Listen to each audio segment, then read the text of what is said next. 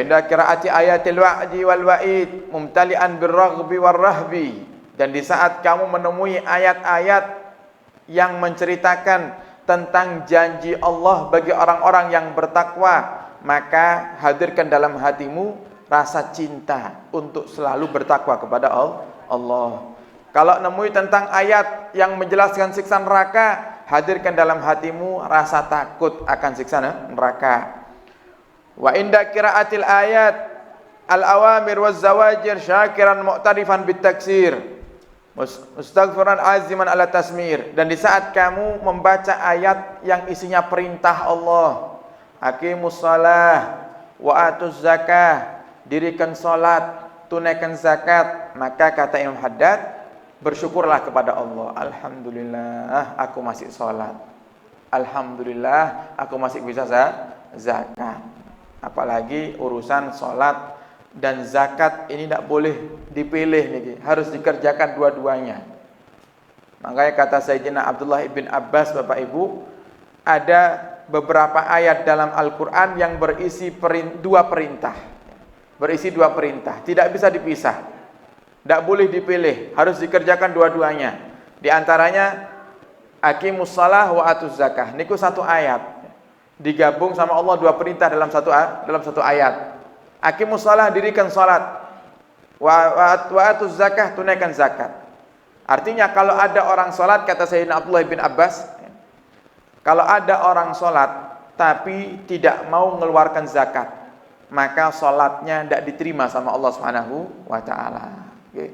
Dan ini penting, ini belajar tentang bagaimana cara mengeluarkan zakat. Yang berdagang ya zakat tijarah, yang bertani ya zakat pertanian, yang punya simpanan emas ya zakat emas. Kadang ada kita ini salatnya luar biasa, tapi urusan zakat tidak kita perhatikan. Kata Sayyidina Abdullah bin Abbas, tidak diterima salatnya sama Allah. Nah ini jangan sampai kita menjadi orang-orang yang dikatakan sebagai penjahat zakat. Ada penjahat zakat nih. Gimana penjahat zakat itu? Yang pertama, penjahat zakat itu adalah yang pertama orang yang wajib zakat tapi tidak mau mengeluarkan zakat. Niku penjahat niku. Kenapa seperti itu? Loh, karena apa yang di tangan kita ini belum tentu semuanya milik kita. Nah, orang-orang biasanya yang tidak mau mengeluarkan zakat itu meyakini semua apa yang di tanganku yang milik diriku. Padahal Allah tidak mengajarkan seperti itu. Allah itu, Bapak Ibu, kalau mau mengabulkan daripada doa-doa hambanya, apalagi yang hamba yang sekelas kita yang bukan wali ini, itu Allah ngabulkannya pakai perantara. Contoh, jenengan ya Allah berikan kepadaku rezeki ya Allah uang 1 miliar. Apa iya uang 1 miliar langsung jatuh dari langit debu? Ngoten. Mboten. Kita bukan wali. Kalau wali masih masuk akal. Allah kasih kita rezeki, gaji misalnya, gaji 1 juta. Itu belum tentu semuanya milik kita. Terkadang nanti di lampu merah ada pengemis, kita ambil dari rezeki itu 1 juta itu 100 ribu kita berikan kepada pengemis, sisa 900 ribu. Ya berarti rezeki kita yang 900. Yang 100 tadi cuma numpang Allah jadikan kita perantara rezekinya orang lain. Lah biasanya orang-orang yang tidak mau mengeluarkan zakat itu mereka berkeyakinan apa yang sudah aku usahakan dan hasilnya ya total semuanya milikku. Tapi kalau orang yang baik, orang yang beriman kepada Allah, kaidah mereka dalam urusan dunia ini, mereka menganggap semuanya ini adalah titipan. Kita di dunia ini hanya tamu, semua yang Allah berikan kepada kita hanya titipan. Yang namanya tamu pasti akan pulang, yang namanya titipan pasti akan dikembalikan. Jadi semuanya ini titipan. Jenengan punya mobil, punya rumah, ini titipan. Nanti akan dikembalikan, akan diminta kembali oleh Allah Subhanahu wa taala.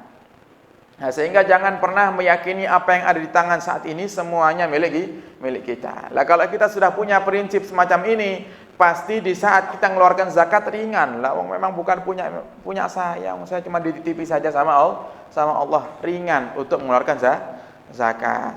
Jadi Ada orang wajib zakat tidak mau mengeluarkan zakat. Itu penjahat zakat yang pertama. Karena di dalam hartanya ada haknya orang-orang fakir, ada haknya para asnaf yang 8 niku.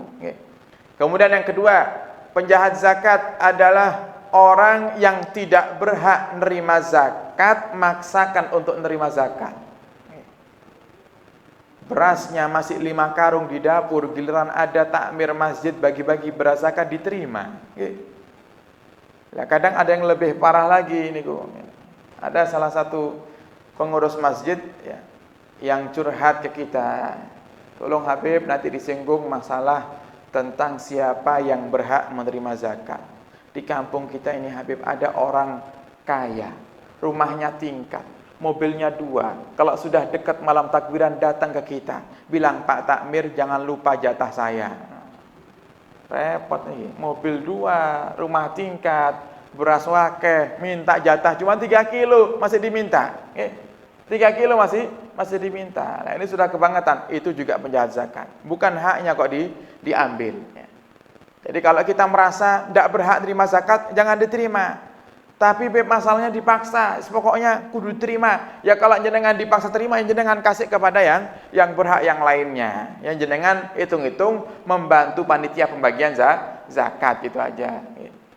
Terus yang ketiga penjahat zakat adalah orang yang bertugas membagikan zakat tapi tidak ngerti siapa yang berhak untuk dibagi dan siapa yang tidak berhak untuk dibagi. Karena ada sebagian masjid atau sebagian perkumpulan itu yang niatnya baik sebenarnya membantu untuk penyaluran zakat masyarakat sekitar supaya kita ini tidak repot harus cari orang fakir miskin, sedangkan mereka sudah punya datanya siapa yang fakir miskin yang berhak menerima zakat. Niatnya panitia niki membantu, niatnya baik, tapi terkadang cara membagikannya salah.